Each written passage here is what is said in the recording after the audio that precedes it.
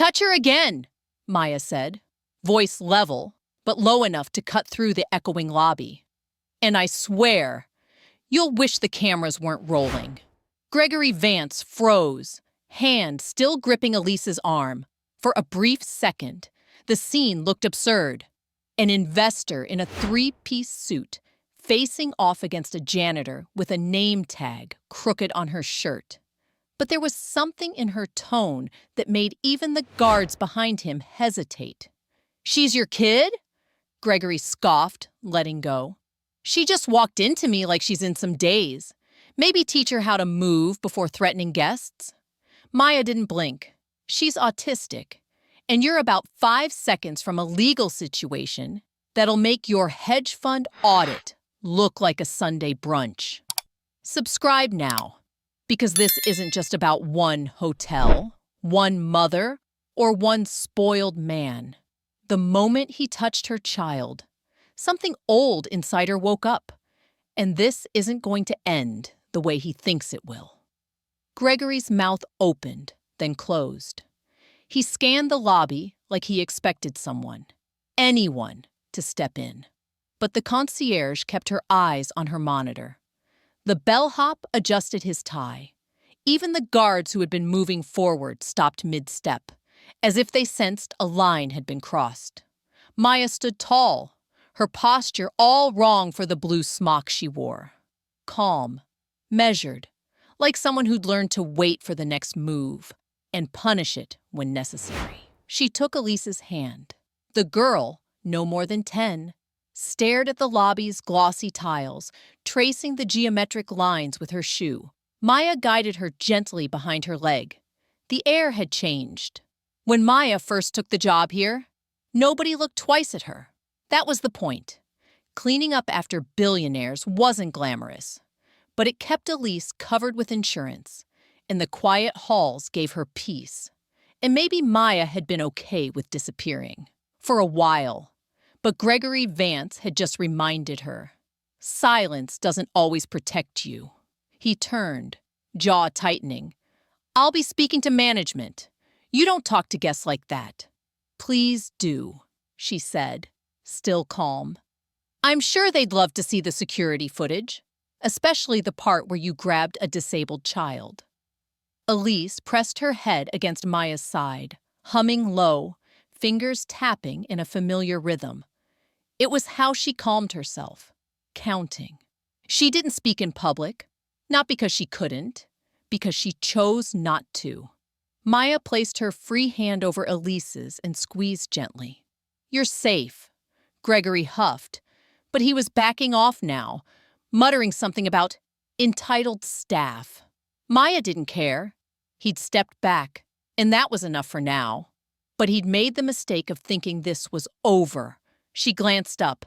A hotel manager stood at the edge of the mezzanine level above the lobby, watching. Evelyn Keller. The conflicted one. The one who avoided confrontation but hated when things got messy under her tenure. Their eyes met. Evelyn turned and disappeared down the hall. Maya exhaled once, long and slow. She and Elise walked toward the service corridor. The hush of luxury behind them. She didn't want this. She didn't want eyes or attention or escalation. But if it comes, she looked down at Elise, who was now gazing up at a chandelier made of mirrored glass. Her daughter's eyes were full of wonder, her lips twitching into something close to a smile. "Then I'll end it on my terms." It had been a long time since Maya had needed to step forward like that. Years since she used a voice trained to steady trembling hands, silence gunfire, and de-escalate threats in foreign languages. But that voice had been hers once. And some voices, once earned, never leave you. Where are you watching from? Because what just happened, that was only the beginning. And Gregory Vance, he doesn't know it yet. But he just declared war on the wrong woman. The staff hallway always smelled faintly of lemon polish and metal. Maya walked it barefoot in her first month, just to memorize the feel of each turn and dip in the floor. Today, Elise's quiet hum filled the corridor like a melody she hadn't heard in years. Maya led her toward the break room, checking over her shoulder. No footsteps, no voices, just her and her daughter, just like always. Inside, she settled Elise into the small corner with the beanbag and headphones. The other janitors had teased her when she brought the setup in months ago, but no one moved it now. Everyone had learned that Elise didn't touch anything that wasn't hers. She just needed somewhere to land, somewhere soft when the world spun too loud. Maya knelt beside her, smoothing back her curls. "You okay?" Elise nodded, headphones already in place. She wasn't shaking, which was a good sign. Maya stood up slowly, joints stiff from standing in one position too long. Her back ached, but the tension had less to do with muscles and more to do with the heat still burning low behind her ribs. She needed to clean up before Keller came looking.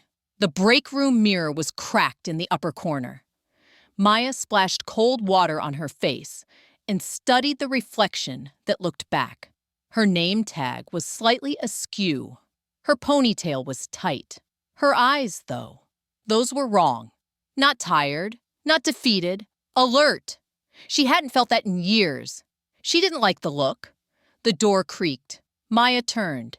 Evelyn Keller stood in the doorway, tablet in hand, mouth pressed thin.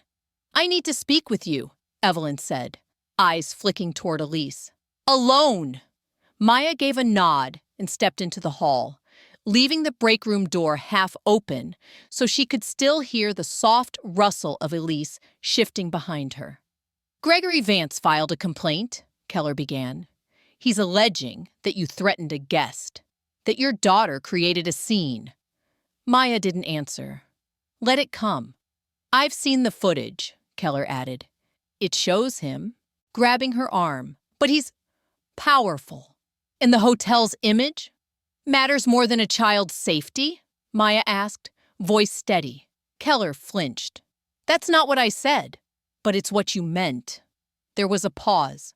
Keller glanced down at the tablet again, then away. "I need to put you on temporary leave. Paid, of course, until this is resolved." Maya's jaw tightened, but she said nothing. "You've always done your job well," Keller added, almost softening. "I know Elise needs routine. This won't be for long."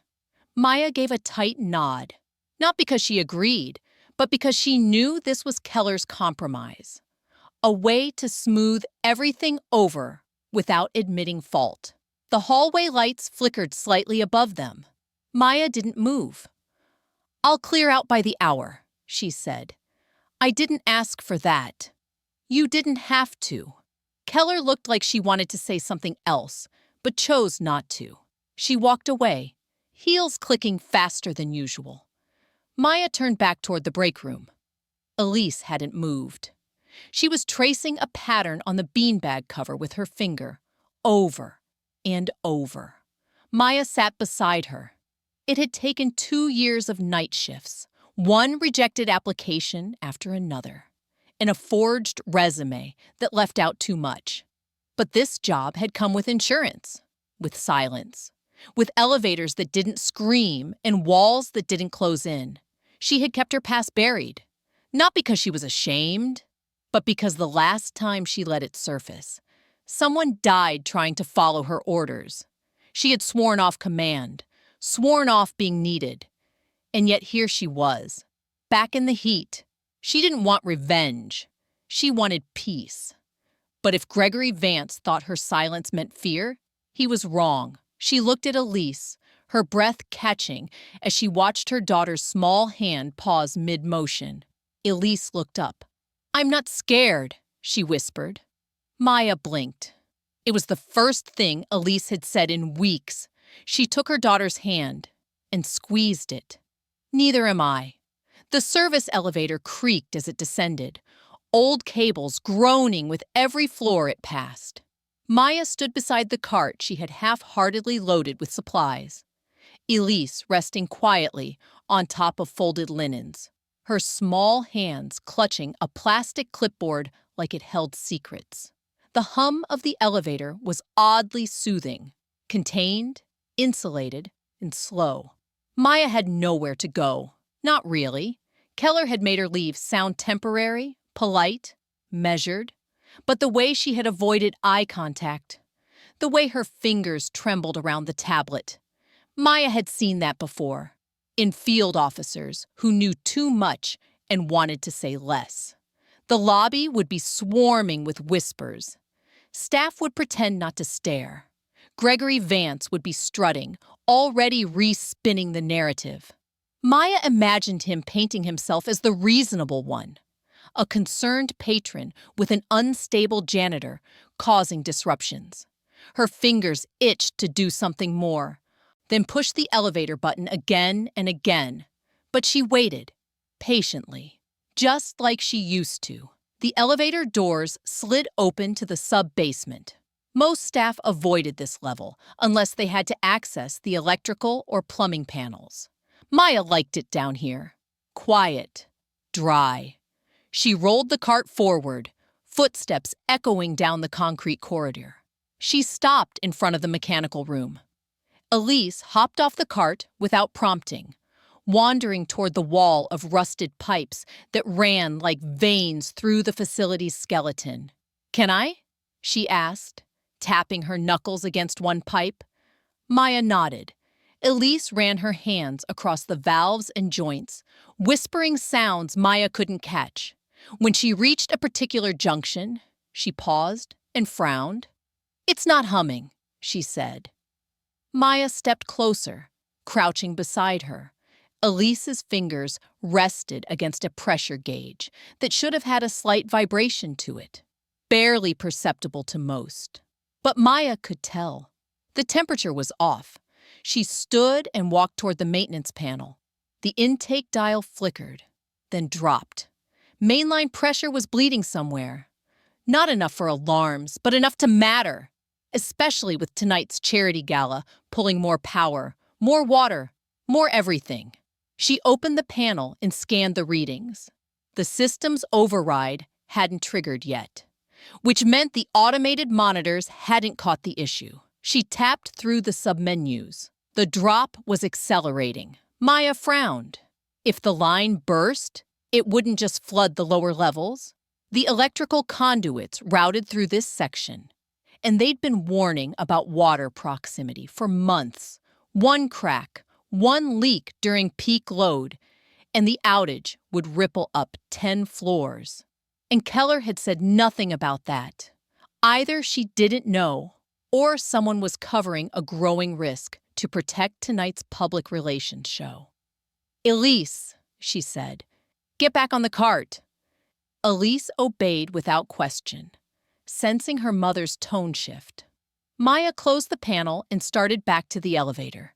She could have gone to the building engineer, but he'd laugh her off, especially now that she was on leave.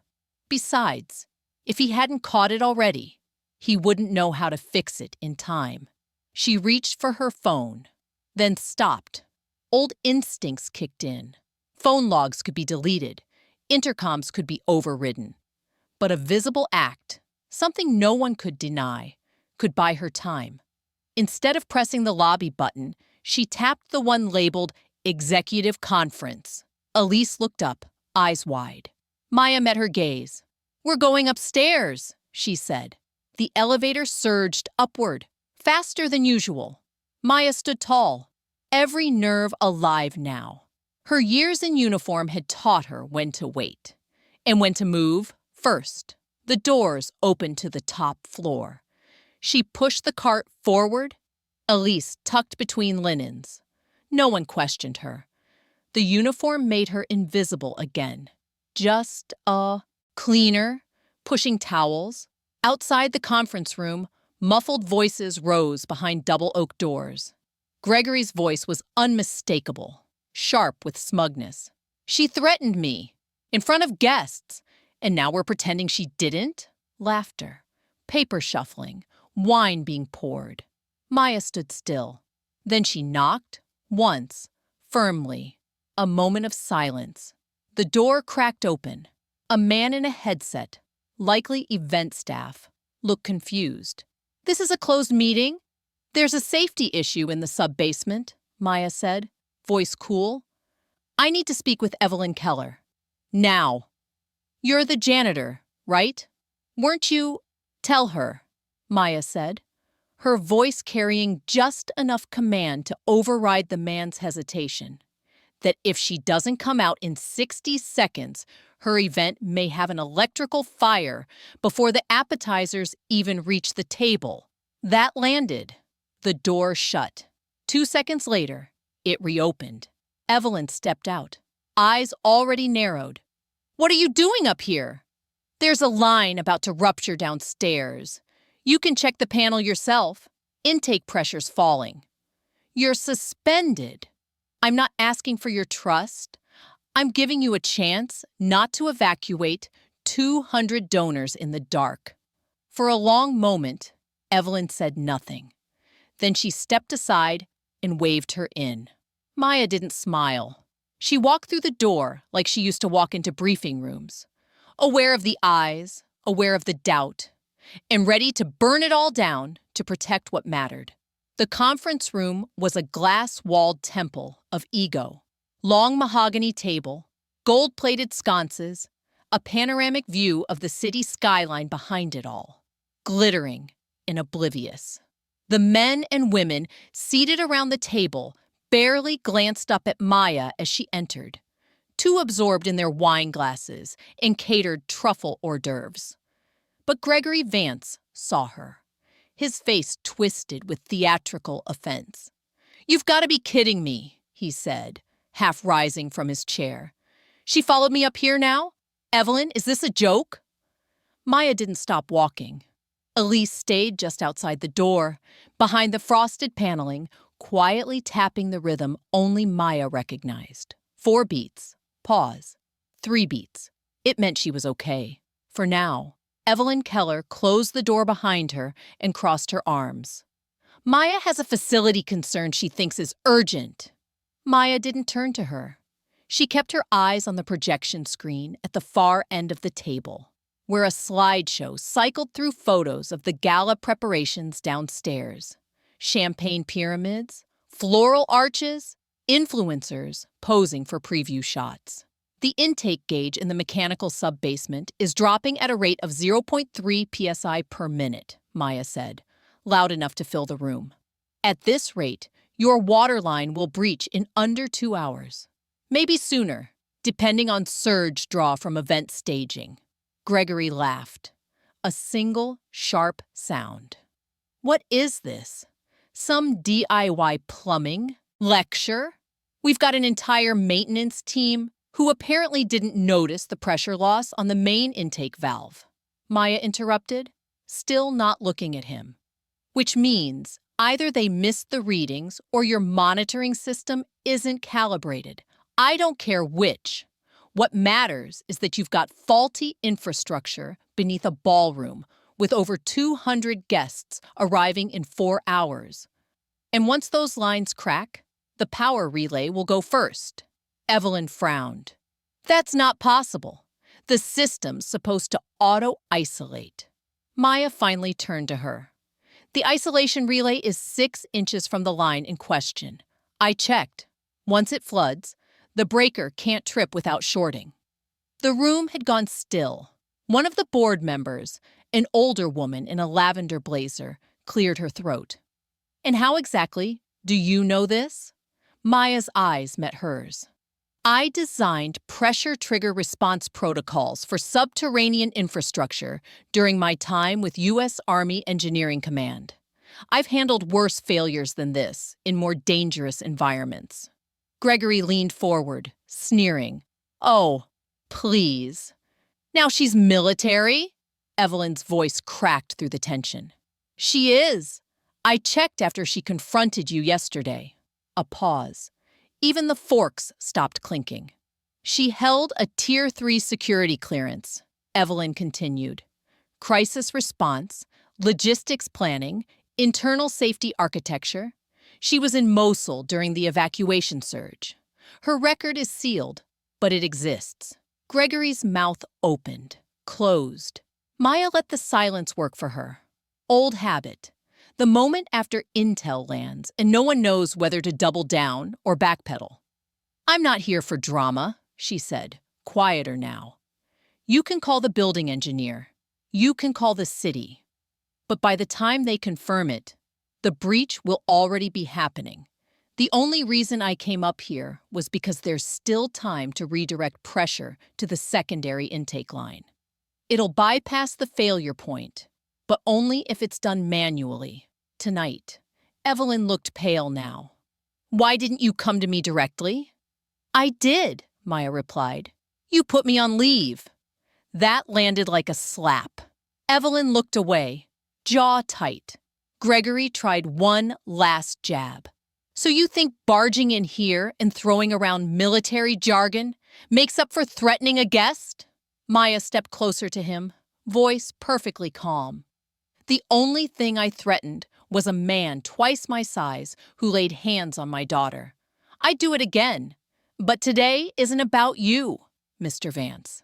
It's about the people downstairs who don't know they're standing above a loaded fault line." The woman in the lavender blazer turned to Evelyn. "You trust her judgment?" Evelyn hesitated, then nodded once. "Yes. Then give her what she needs." It was done in a breath. Evelyn handed Maya her access badge. "Engineering level override. You'll need someone on standby." "I'll handle it alone," Maya said. "But I'll need a map of the secondary intake pathways." Evelyn gestured to the man with the tablet. "Pull it up. Now." Gregory stood frozen as Maya turned and walked back to the door. Elise looked up as it opened, sliding from behind the wall like she'd always known when it was safe to return. They walked to the elevator together. Maya didn't speak until the doors closed behind them. "Secondary line runs through the foundation spine," she said aloud, mostly to herself. "If I reroute before pressure hits 40% loss, we avoid a collapse. If I'm wrong, you're not," Elise whispered, watching the floor numbers tick down. Maya let herself smile. Just once. They had no idea what she could do. The engineering level was colder than the rest of the building. The kind of cold that didn't come from air conditioning, but from the bones of the place. Steel, concrete, and purpose. Pipes hissed overhead like distant warnings. Maya moved with intent, Elise trailing quietly behind her, hugging the tablet one of the staff had handed over. Maya had already memorized the layout from memory, but she still wanted to compare the access maps. She needed to be sure. The wrong valve, the wrong angle. And the reroute wouldn't just fail, it would amplify the breach. They reached the pressure control chamber at the far end of the corridor. It was locked behind a rust-stained panel. She scanned the badge Keller had given her. The light blinked red. She exhaled. "Of course. Elise," she said without looking, "you remember the code from the water tower access in Ohio? Last 3 digits were 6, 2, 4. Maya knelt, pried open the bottom of the panel, and found the emergency override port. Still the same make. She twisted off the rusted cap and keyed in the numbers. Click. The door creaked open. Inside was a box of valves and dials that hadn't been touched in years. She scanned for the auxiliary line, then followed it upward with her eyes, noting its weld points. The original builders hadn't insulated the junction properly. That's where the pressure loss had begun, where the line had started to whisper its quiet, invisible failure. Elise stayed at the threshold, not stepping over the yellow line on the floor. She knew what zones meant. Maya adjusted her grip on the valve wrench and glanced at the main dial. Pressure was down another 0.2. She had minutes. She dropped to her knees and opened the second panel. The scent of rust hit first, then the faint sting of ozone. The electrical feed was closer than she'd like. One bad torque, and it would arc straight through her arm. But the pressure had to be redirected, or it would hit the galley floor from beneath. and nobody up there would know what happened until the chandeliers fell. "Hold the tablet toward me," she said. Elise obeyed. Maya read the manual sequence. Reroute, prime, pressure gate, auxiliary, isolation. She started turning the first valve. It screamed in protest, stuck after years of disuse. Her arms strained.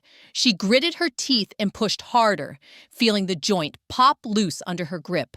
Second valve, stiff but moving. The system groaned as it adjusted. Elise flinched at the sound. "Is it supposed to do that?" "Yes," Maya said, voice calm. "It means the line is waking up." She reached for the pressure gate. It was rusted shut. Maya stared at it, then stepped back and looked at the housing unit. The bolt was cross-threaded. Sloppy installation. The wrench wouldn't work here. She searched the floor and saw an old pry rod leaning against the wall.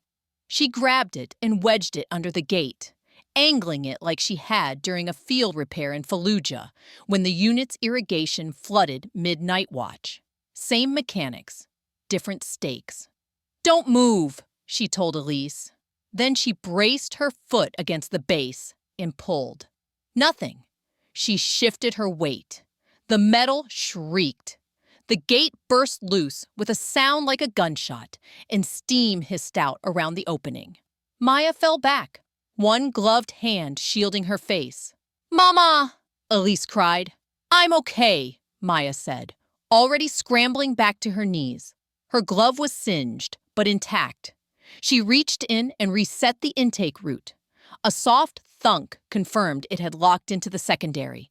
The main valve trembled, then settled. The pressure gauge ticked up, slowly, steadily.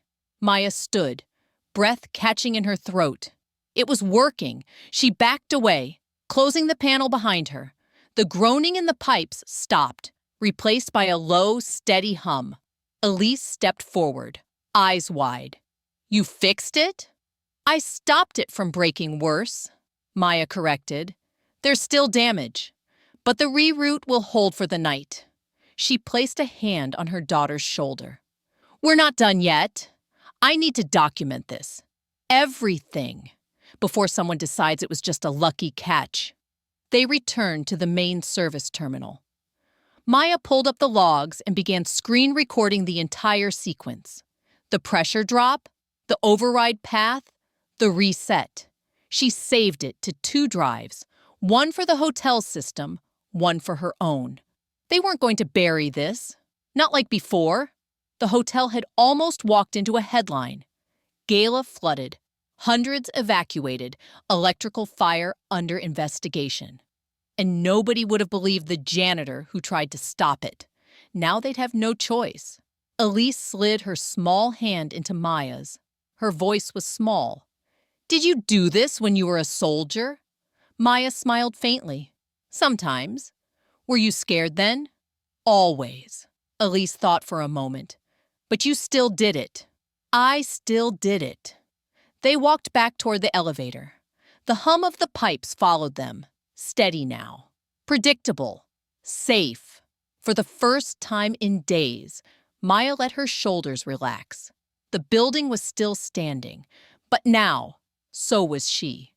Gregory Vance was there already waiting when Maya and Elise stepped off the elevator into the staff corridor. He was leaning against the wall like he owned it. Tie loosened just enough to suggest charm instead of panic. But the way he snapped his watch band told Maya everything she needed to know. "You know," he began, voice pitched like a performance, "there's a protocol for reporting maintenance issues. You bypassed every chain of command." Maya didn't stop walking. Elise clung to her side, fingers curled into the hem of her mother's shirt. Gregory stepped into their path. "I'm talking to you." Maya met his gaze. "You're talking at me." He smiled. Tight. Performative. You could have caused a panic. Instead, you come marching into an executive meeting like it's your war room. She didn't flinch. It was about to become one. Gregory's eyes darted to Elise. Cute kid. Must be exhausting, keeping her under control in a place like this. Maya stepped forward, closing the space between them. Her voice didn't rise, but her posture shifted, subtly, decisively. If you speak to my daughter again, I'll file harassment charges, and this time, there will be witnesses. His eyes narrowed. You think one fix makes you invincible? No, but it's enough to make you nervous. He barked a short, dry laugh. You want to talk nerves? The board's asking questions now about why the hotel's only functioning thanks to a janitor who didn't clock in. Maya tilted her head. Then I suggest you give them a better answer than whatever story you've been selling. Gregory leaned in, dropping his voice. I know who you are. Keller dug up enough to paint you as some kind of field genius. But let's be real. You're cleaning floors because you couldn't handle whatever came after. Maya didn't blink. And you're trying to intimidate someone who rebuilt disaster zones with a mop in her hand and a fire line behind her. For the first time, Gregory's smile cracked. You had your moment, he said. Now fade. Maya looked past him. Keller was approaching from the west hallway, tablet in hand, expression unreadable. I've already submitted my full report, Maya said, voice now loud enough for Keller to hear. Screenshots, video logs, timestamps, and secondary confirmation from the pressure gauges. Gregory turned. You let her access our system? Keller stopped beside him. She stopped a catastrophic failure. If you'd prefer the headlines tomorrow to read, Investor Stalls Safety Protocol, 200 Evacuated, be my guest. Maya stepped back to give Elise room as the girl sat on a bench, pulling out her sketch pad. I'm going to recommend policy revisions, Keller said. You'll be credited in the internal memo. I don't need credit, Maya said. I need you to understand this wasn't a fluke. Your infrastructure's aging. Your monitoring system failed. And if someone hadn't noticed that pressure line. You noticed, Keller interrupted quietly. And that matters. Gregory scoffed and stepped back, adjusting his cuffs like he hadn't just been cornered. Keller turned to Maya again. There's going to be backlash. You know that. Some staff are already whispering about how you embarrassed the board. Maya looked toward her daughter, who was drawing careful lines across the page. Let them whisper, she said. The pipes don't care about status, and neither do I. Keller sighed. You're not going to stay, are you? Maya shook her head. Not after tonight. But you fixed it. That's the point. Keller looked like she wanted to argue, but didn't. She gave a small nod. I'll make sure your report's on record, officially. And the cameras in the lobby? Maya asked. From the day he grabbed Elise? I've requested the footage. Gregory stepped forward again. You're not really going to let that get out, are you? It's bad optics. For who? Maya asked. Keller didn't answer. Instead, she walked away, her heels echoing down the hallway like punctuation. Gregory watched her go, then turned back to Maya. You think you've won something here? No, she said simply. I think I did my job better than the people who got paid to ignore the warning signs. He stared at her. But Maya had already turned back to Elise, who held up the sketch pad proudly. It was a drawing of a pipe. Simple lines, one broken, one solid. At the bottom, a small figure stood beside a wrench. Smaller still, another figure holding her hand. Maya smiled. Nice, she said. That's exactly what it looked like.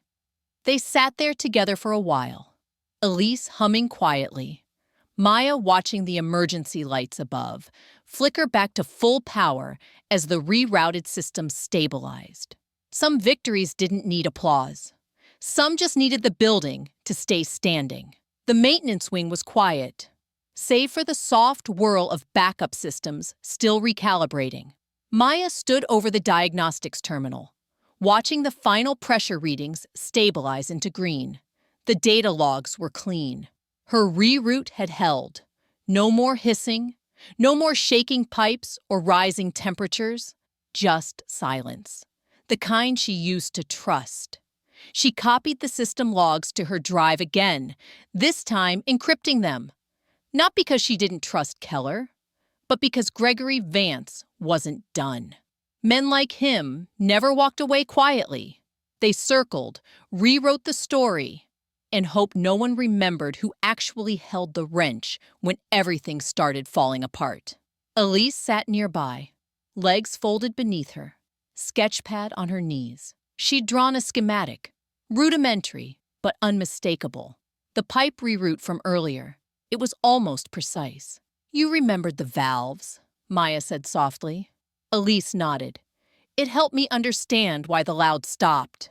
Maya's chest tightened. That loud, Elise's word for the constant noise of spaces she couldn't fully translate. The low hums, the pressure spikes, the panic under other people's voices. For her, it wasn't just chaos. It was personal. "You helped stop it," Maya said. Elise's eyes lit up, and she pressed the pencil tip against her lip like she didn't want to smile too much. The moment didn't last. Footsteps echoed down the corridor, sharp and controlled. Maya rose before the shadow even curved into view. It was Jameson, one of the senior engineers. Clipboard tucked against his chest like armor, face hard. "I heard you accessed the intake route without clearance," he said flatly. "That's not protocol." "Neither is letting a primary pipe decay to failure," Maya replied. He didn't flinch. "You weren't on shift?" "I was in the building. I saw the pressure drop. I followed procedure to prevent disaster. You bypassed systems you weren't authorized to touch." Maya stepped forward, slow and even. "Is that why you're really here? To lecture me on technicalities after I saved your system from a partial collapse?" Jameson didn't respond. She tilted her head. "Or are you trying to figure out how much of your negligence made it into my report?" That cracked him. He bristled. "You were fired, or suspended, or whatever. You weren't supposed to be anywhere near the reroute." Maya's voice dropped, sharp as broken glass. "And yet here we are. System stable. Ballrooms full. Electricity intact. Who do you think they'll listen to?" "You're making this political," Jameson snapped. "I'm making it accurate."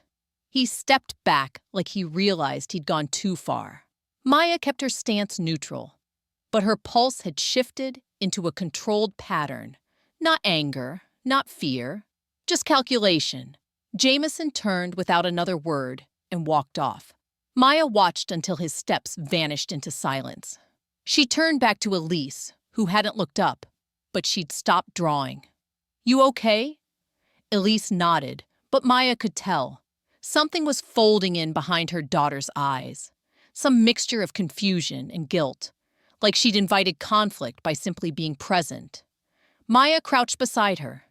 "You didn't do anything wrong, and I didn't either." Elise whispered. "But people are mad. They're embarrassed. That's different." She brushed Elise's curls aside and kissed her forehead. "There's nothing wrong with knowing more than someone else," she said, "even if they don't like it." Elise looked back down at her page. After a moment, she began drawing again. This time, a wrench with a name on it. Maya's. Maya rose and returned to the console. She pulled up the internal messaging system and drafted a final report to Keller. Not just a breakdown of what happened, but a timeline. Visual, incontrovertible, from the first reading to the final stabilization. She hesitated over the signature, then added it plainly. "Maya Trenton, former captain, U.S. Army Engineering Command." She clicked send. As the file uploaded, the screen flickered once, just enough to reflect the pressure lights, returning to full green. Stability confirmed, but the deeper confirmation came from Elise's hum. Low, consistent, soft. her regulation system coming back online. The world was quiet again, and that meant safety. Maya sat beside her, neither speaking. The storm had passed for now. She could still feel the tremors in her legs, the echoes of field decisions. The ghosts of old commands shouted over sirens. But she had made the right call. Again, she wasn't cleaning floors anymore. She was clearing ground. And for the first time in years, she didn't feel like she had to disappear afterward. She felt ready to build something better in the space that was left. By morning, the hotel was glowing. The gala had gone off without a single incident. No burst pipes, no flickering lights, no unexplained evacuation. Just luxury on display. Gloved hands around crystal glasses, laughing donors unaware that 6 hours earlier they were standing over a near collapse. Maya and Elise had stayed behind after the ballroom emptied, helping reset equipment and checking the secondary lines one last time.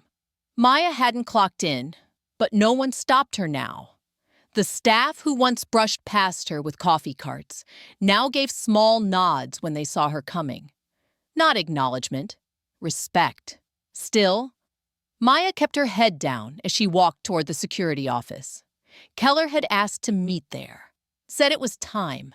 Elise walked quietly beside her, carrying the folder Maya had prepared. Hard copies of every log, timestamp, and security camera angle from the night before. The USB drive stayed in Maya's pocket. A backup, insurance, just in case the story started twisting in the wrong hands. At the end of the hall, the security door clicked open. Keller stood inside, arms crossed, her usual rigid posture looser now. She gestured Maya in, then looked down at Elise and hesitated. "She stays with me," Maya said. Keller didn't argue. Inside, the air was humming with digital noise.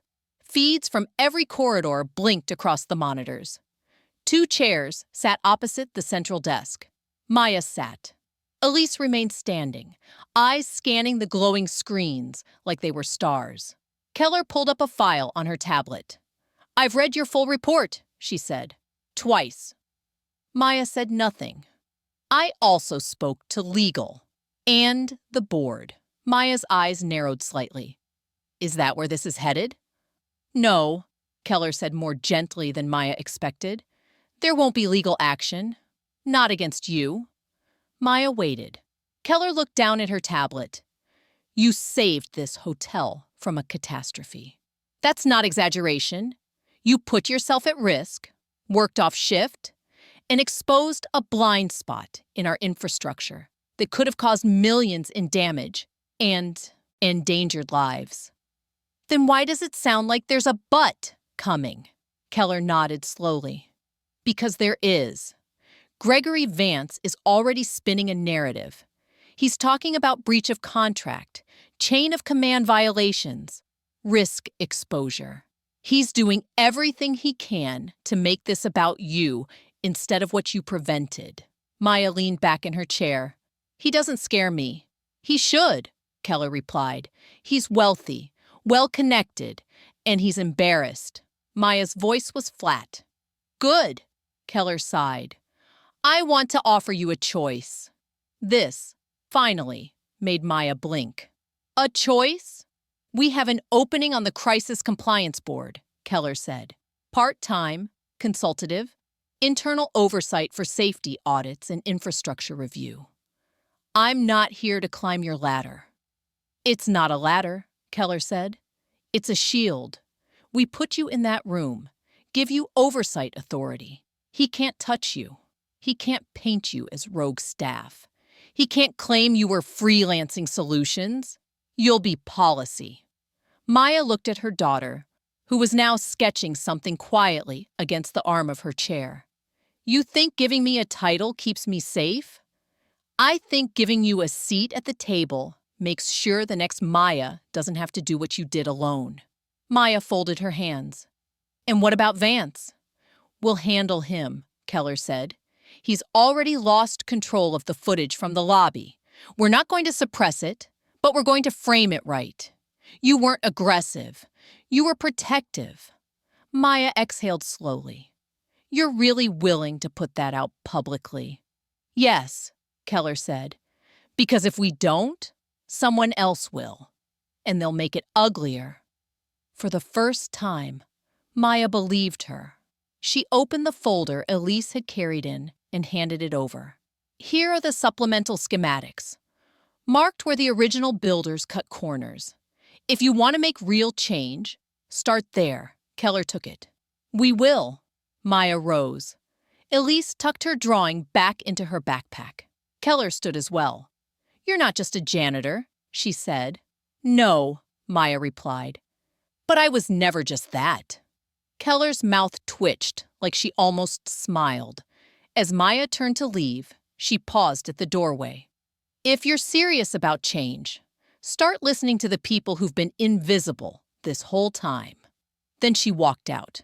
In the hallway, the morning sun was streaming in through the side windows, cutting across the floor in wide stripes.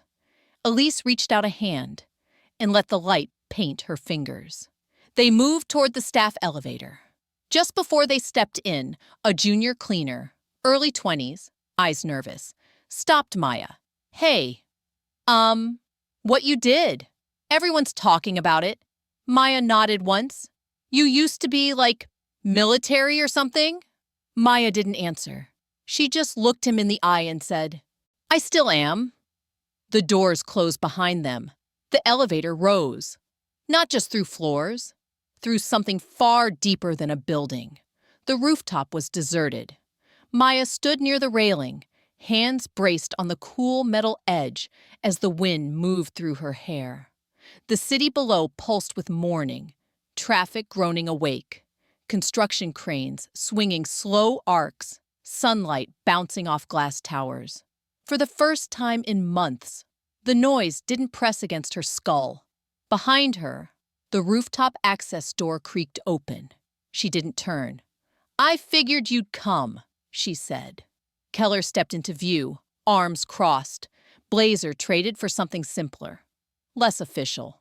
I thought you'd already left. I did, Maya said, but Elise wanted to see the sky before we went home.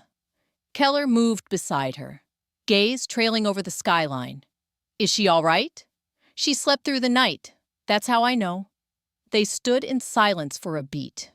Keller leaned on the railing. I reviewed the tapes again, she said.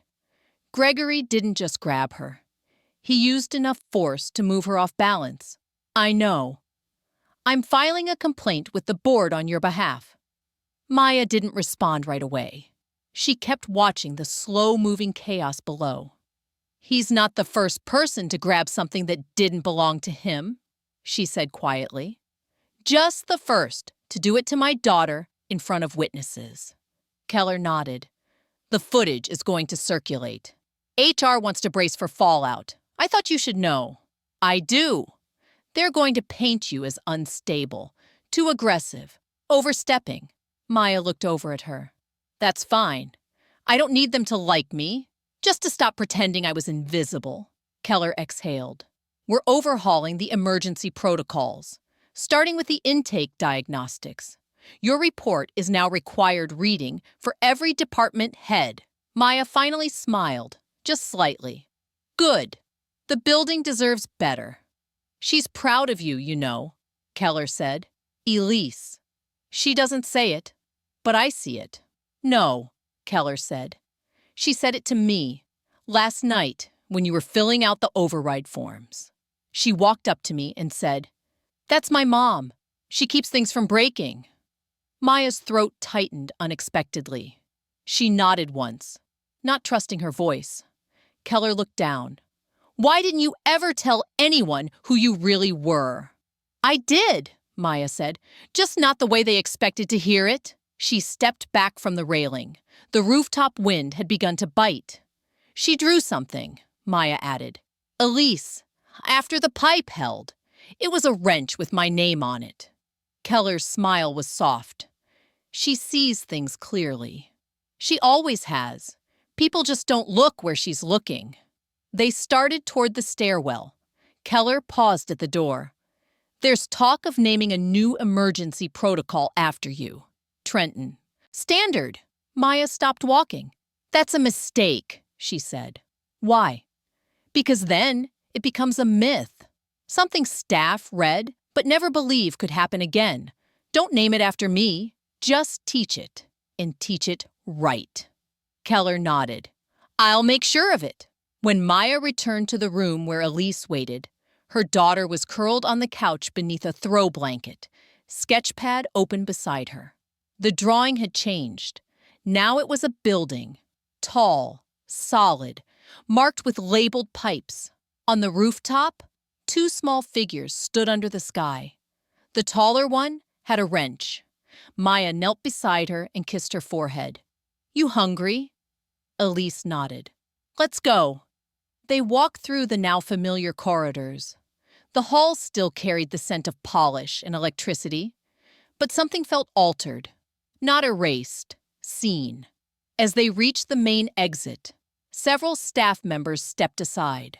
No words, no stares, just quiet acknowledgement. At the door, the bellhop who once wouldn't meet her eye reached out, offering something small and smooth. It was a keychain, engraved on the side. She keeps things from breaking. Maya looked down at it, then to Elise. Elise smiled. Can I keep it?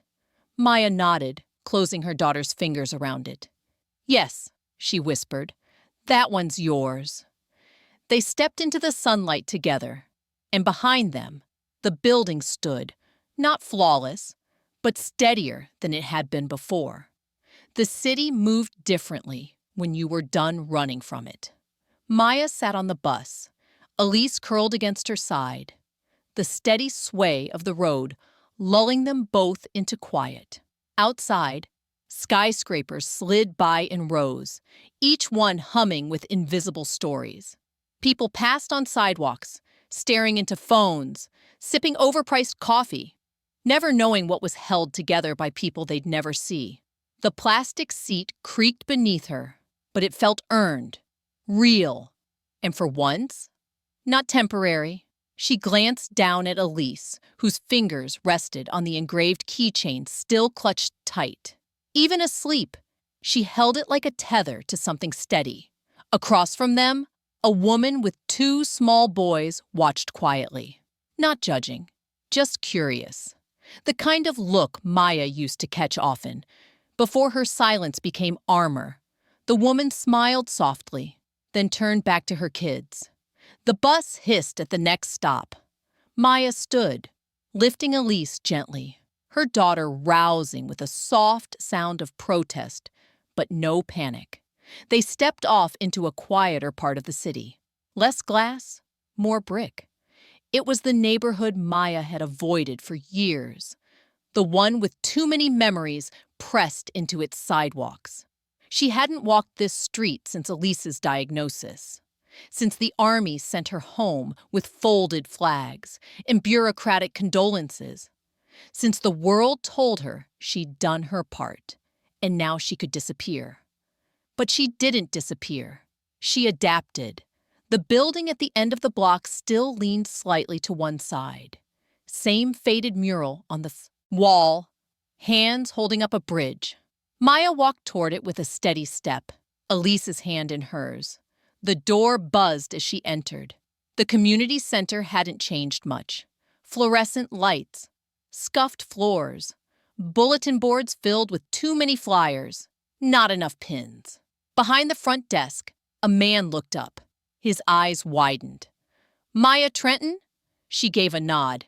Didn't expect to see you back here. I didn't expect to come back. He stood, wiping his hands on his jeans. Last I heard, you were off the grid. I was. He looked at Elise, then back at Maya. Need something? I need space and tools and a list of what still leaks. He blinked. You here to volunteer? No, she said. I'm here to fix what's broken and maybe teach someone how not to wait until it cracks open. The man scratched his head, then laughed. Well, damn. That's the best offer I've heard in months. He stepped aside and gestured toward the back. Workshop's still open. We've got more duct tape than sense these days. Maya nodded. That's about right. As she walked through the hallway, Elise wandered ahead, peeking into open doors, peering at faded charts and long-forgotten classroom setups. A woman passed them carrying a tray of juice boxes, gave Maya a quick once-over, then smiled at Elise. She's yours. She is. Smart eyes. Smarter than mine, Maya said. They reached the back room. Half storage, half repair shop. Tools hung in neat disorder on the pegboard wall. The smell of old sawdust and metal was thick, grounding. Maya let Elise settle onto a stool and pulled on a pair of gloves. What are we fixing? Elise asked. Maya looked around the room, then opened one of the maintenance logs. The list was long. Plumbing backlogs, flickering lights, a broken water heater, a wheelchair lift that failed last week and hadn't been touched since. All of it, Maya said. One thing at a time. For the next hour, they worked. Elise handed her tools, asked questions, drew diagrams of the wires Maya stripped and replaced. The heat was stifling, but the rhythm of movement felt good, honest. She was elbow-deep in an old fuse box when the sound of footsteps approached. Maya didn't turn, but she heard the voice clearly enough. Word spreading. She looked over her shoulder. Keller stood in the doorway, dressed down but still precise, holding a thin folder. How'd you find me? I followed the most logical path. You went where the need was. Maya returned to the wiring. You here to convince me to come back? No, just here to deliver something. She set the folder on the table beside Elise. What is it? Maya asked. The final copy of the updated protocols. Your edits made it through. Board approved. Maya didn't stop working. That was fast. They didn't want another incident. You gave them the blueprint. Keller looked around their room. This place could use some of that too. That's the idea. Before Keller turned to leave, she paused. You were right about something. Only one thing. You said people don't look where your daughter looks. Maya glanced at Elise, who was carefully labeling a circuit with marker ink. They do now, Keller said. Maya said nothing. She didn't need to. The fuse box clicked closed. The light above them flickered once, then held. Maya wiped her hands, turned to Elise, and smiled. Next, she asked. Elise grinned and pointed to the wall where the wheelchair lift controls hung crooked. Maya nodded. Let's fix that. And together, they moved toward the next thing that needed mending. It took 3 hours to fix the lift. The casing had been rusted through at the corners, and the control box had wiring spliced together with tape and hope. Maya worked in silence, letting the soft clink of tools fill the room while Elise watched closely, arms folded over her sketch pad like a field commander reviewing maps. When the motor finally whirred back to life and the lift rose, slow but smooth, Elise clapped once. Just once. But it meant everything. Maya leaned back on her heels and wiped the sweat from her brow. Her hands were stained with grease, her shirt damp, her back aching. But when she looked at the way the platform moved, sturdy, reliable, she felt lighter than she had in weeks. The hallway door creaked. Another pair of shoes scuffed against the concrete. She turned. It was Jameson. Not the same Jameson from the hotel. Not exactly. Gone was the combative stance and clipboard shield. He looked out of place here. Less like a man trying to maintain control, and more like someone searching for something he hadn't named yet. I heard you were working here now, he said. Maya didn't respond. She reached for the grounding wrench and began tightening the final bolt. Jameson lingered. You were right. She didn't look up. About what? About the intake valve. About how close it was. I saw the recordings. If you hadn't rerouted, it's done. But not forgotten. Maya glanced at him. You still trying to protect your reputation? No, he said. I'm trying to fix my understanding of what leadership looks like. Turns out, it doesn't always wear a suit or carry a badge. She straightened, wiping her hands on a rag. You didn't come here for confession. No, Jameson admitted. I came because Keller told me where you were, and because the hotel's expanding its community engagement initiative.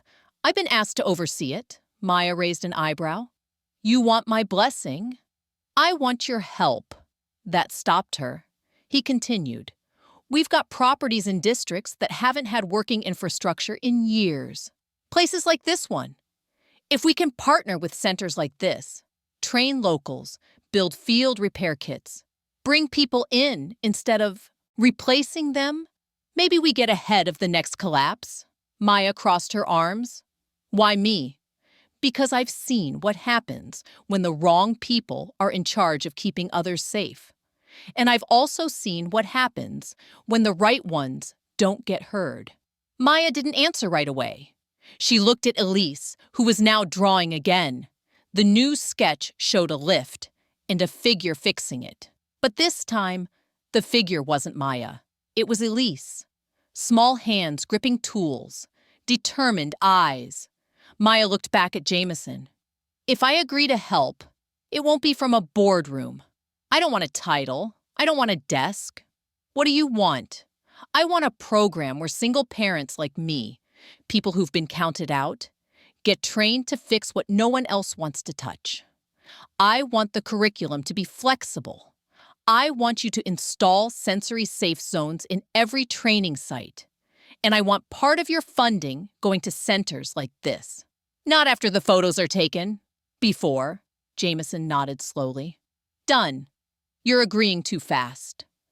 I've already had a crash course in what happens when I don't listen. I'm trying a different approach now. Maya held his gaze for a moment longer, then gave a small nod. Then we'll see. He extended a hand. She stared at it for a second, then shook it. It wasn't forgiveness, but it was forward. After Jameson left, Elise slid down from the stool and walked over, holding up her sketch. Is it okay that I drew me instead of you this time? Maya crouched to her level, eyes soft. It's more than okay. I think I want to fix things too, Elise whispered. Maybe not big things at first, but things that hum wrong, like that outlet in the front room, Maya smiled. Then we start there. They spent the rest of the afternoon checking rooms one by one. Loose switches, worn outlets, light bulbs dimmed to a cough.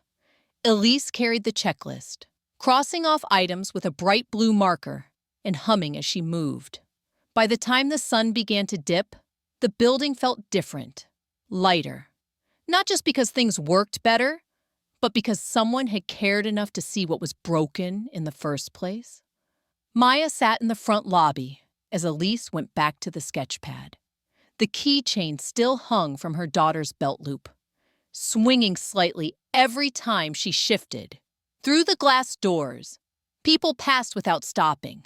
But for the first time in a long time, Maya didn't feel like she was waiting to be overlooked. She was exactly where she needed to be. And everything holding the world together, wires, pipes, pressure lines, was a little stronger than it had been the day before. The day Elise asked for her own set of tools, Maya didn't say a word. She simply opened the worn blue toolbox, lifted the top tray, and placed each piece onto the table, one by one, letting her daughter decide what to claim. Elise didn't take the biggest wrench or the sharpest screwdriver. She picked the ones that felt balanced in her hand, the ones that made soft, familiar sounds when they clicked or turned. She ran her fingers across the handles, pressed her thumb into the grooves, and finally looked up. Can I keep these in my bag? Maya nodded. They're yours now. They were still in the community center that evening when the call came. Keller. Maya answered on speaker so Elise could hear. The boards finalized the rollout, Keller said. We're launching the pilot program this quarter. Your design, your language, every site will have a quiet zone, a visual toolkit, and a mentorship track for non-traditional hires. Maya leaned back in the folding chair. You really pushed it through? We didn't have a choice. The video from the gala went viral. Maya stiffened. It's not bad, Keller said quickly. People saw what happened in the lobby. They saw you step in front of your daughter. They saw how everyone hesitated after you spoke. Maya glanced at Elise, who was now sitting cross-legged with wires and a miniature circuit board, quietly testing connections. What are they saying? Maya asked. That no one in the room looked more in control than the janitor. There was a pause. You're becoming a symbol, Maya? I'm not interested in being one. I know, Keller said, but that's exactly why people trust you. They hung up. Elise was now holding a tiny light bulb in place with a loop of copper wire. It glowed, just faintly. Did you see that? She whispered. Maya smiled. You found the right connection. Elise beamed, the expression so open, so unfiltered, it hit Maya harder than she expected. Later, they left the center and walked the long way home. Their neighborhood was still rough around the edges. Cracked sidewalks, flickering street lamps. But the old bench at the corner had been scrubbed clean. Someone had carved initials into the wood again. But this time, it made Maya smile. Imperfect, but loved, she sat, pulling Elise close beside her. You know, she said, I used to think survival was the only goal. Elise looked up at her, waiting. But it's not, Maya continued. It's also about making sure the things we fix stay fixed, even after we're gone. Like a legacy? Maya nodded slowly. Exactly like that. They sat under the dim glow of a lamppost as the wind picked up and rustled the trees behind them. The world didn't pause. It never would. But for this moment, in this tiny corner of it, things felt steady. The next morning, when they returned to the center, there was a note taped to the door, handwritten. Trenton Method request. Our shelter's wiring is failing. Can someone help? Underneath it, a name, a phone number, and a drawing of a cracked light switch. Elise touched the paper and turned to her mom. Do you think we can? Maya peeled the note down and folded it neatly. Let's go see. What needs fixing? As they walked toward the bus stop, Maya noticed something on the community board, tucked beside a flyer for an after-school reading group. A printed photo. Her, standing in front of the hotel's conference doors. Elise behind her, one hand gripping the cart's handle. The moment frozen just after she warned Gregory, just before everything shifted. Someone had captioned it in bold black ink. She keeps things from breaking. Maya didn't tear it down. She didn't look away. Because for once, they weren't telling her story for her. They were listening. Subscribe and don't miss our next story. Single mom was laughed out of court until her daughter's drawing made the judge cry. Trust me, you'll feel it. And tell me in the comments, what injustice should we tackle next?